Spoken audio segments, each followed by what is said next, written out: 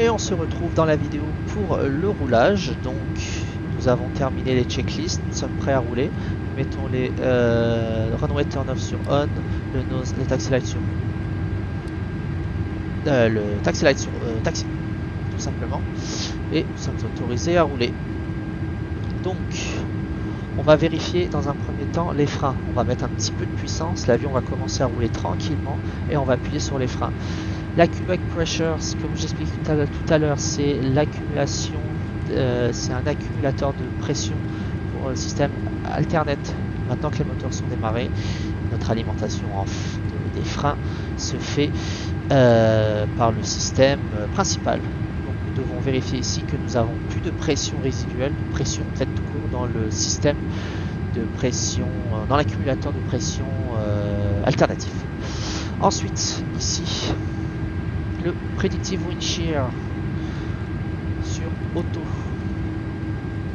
Ça veut dire quoi? Ça veut dire qu'il va nous signaler en vol si nous avons des cisaillements de vent. On rappelle, le cisaillement de vent, c'est un changement brusque du vent, par exemple, qui passe de l'avant à l'arrière ou de l'arrière vers l'avant. Le radar météo, on le met sur 1 et on est prêt à rouler. On met un petit peu de puissance. On attend que l'avion se mette à rouler et on appuie brake check, pressure 0. Et on peut continuer à rouler.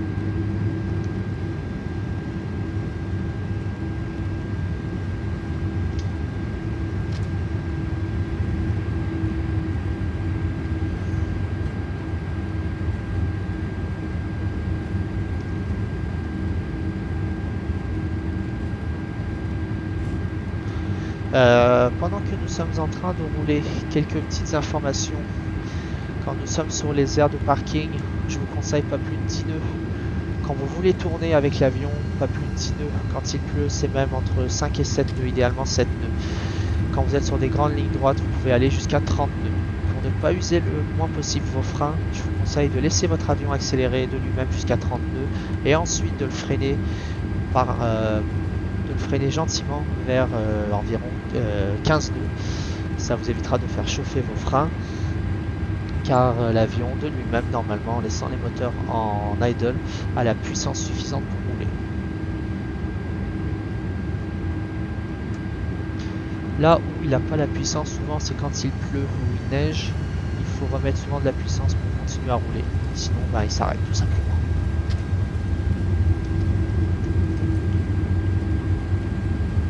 Nous pouvons tester les commandes de vol. Donc, quand vous allez bouger votre manche automatiquement sur les cams inférieurs, la page va changer. Full up, on voit les commandes bouger. Full down, vers le bas. Je reviens au neutral. Ensuite les ailerons. Full left à gauche, full right à droite. On revient au neutre, neutral.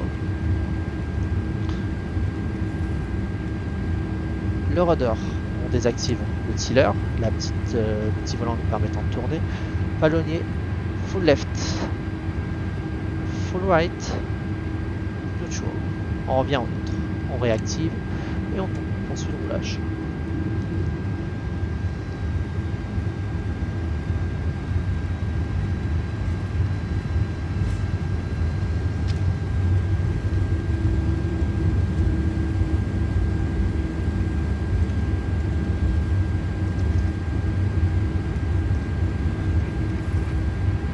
N'oubliez pas que quand vous mettez les anti-ice c'est de l'air chaud prélevé des moteurs, donc vous perdez de la puissance sur vos moteurs.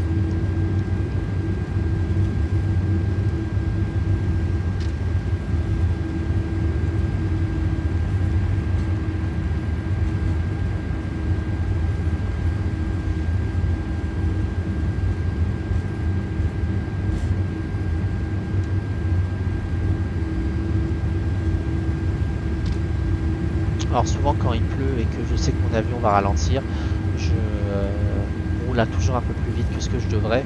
Comme ça, l'avion il a toujours une vitesse.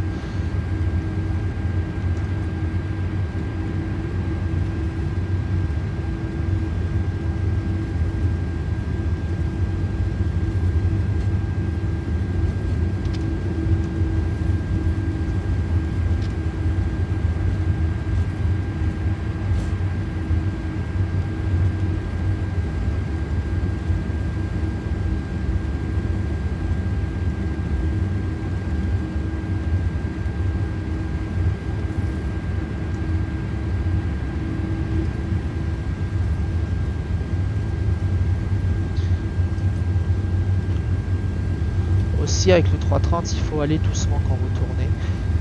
Si vous tournez, vous mettez trop vite du palonnier, votre roue d'avant peut tout simplement se mettre à déraper et vous serez plus efficace.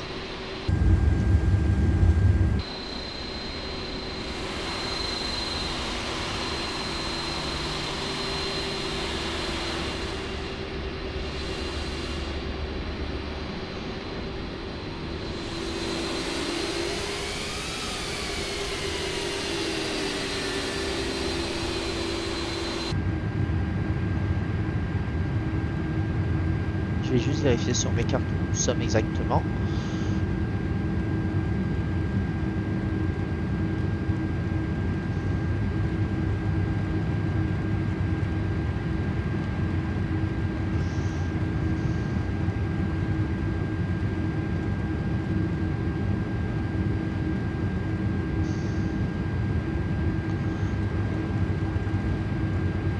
Ouais, c'est ça, je viens de me faire avoir. En fait, il n'y a pas de taxiway, donc il va falloir qu'on fasse demi-tour.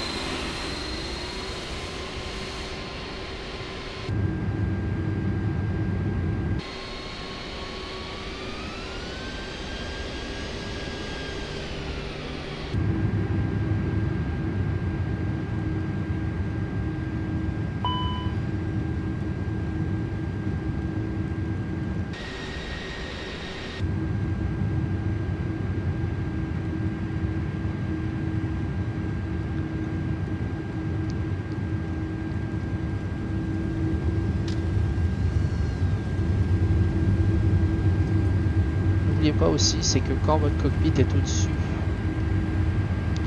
de l'herbe par exemple, votre avion n'est pas nécessairement dans l'herbe, la roulée est située un peu plus loin derrière le cockpit.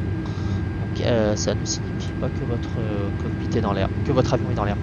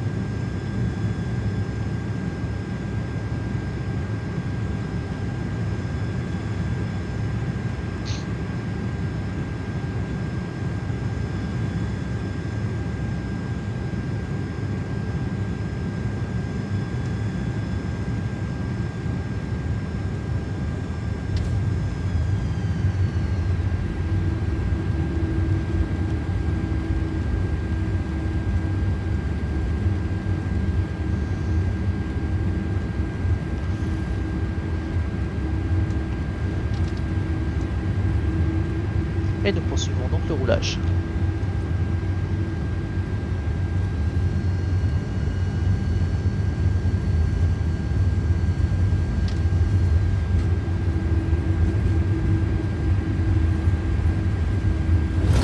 Approaching 03 left. Cette voie-là, c'est ce qu'on appelle le RAS, c'est le Runway Awareness and Advisory System, qui nous indique en fait si nous approchons d'une piste par exemple.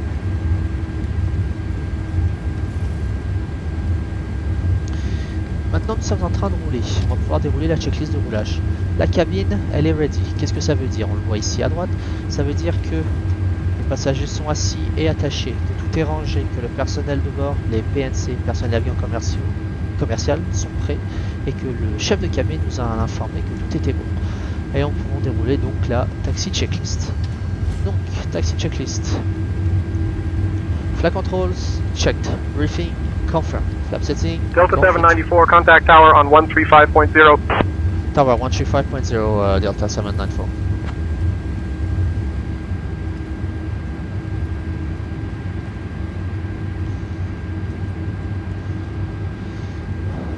Donc on passe avec la tour.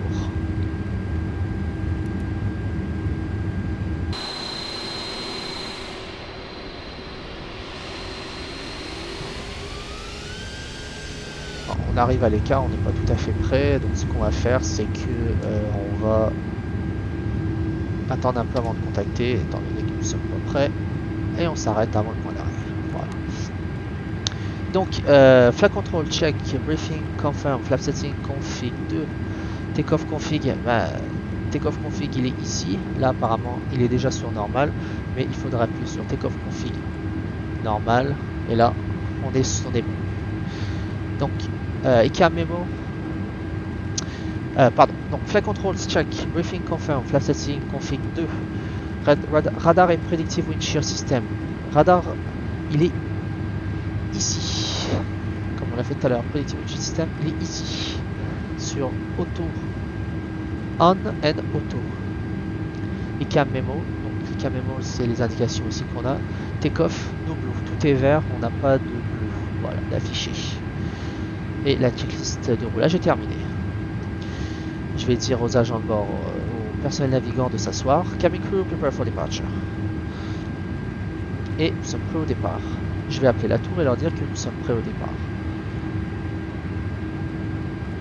Tower Delta 794, good morning. Holding short 03 left, we are ready for departure. En attendant, on peut bien mettre les strops sur on. Et régler la fréquence de départ, c'était 135,0.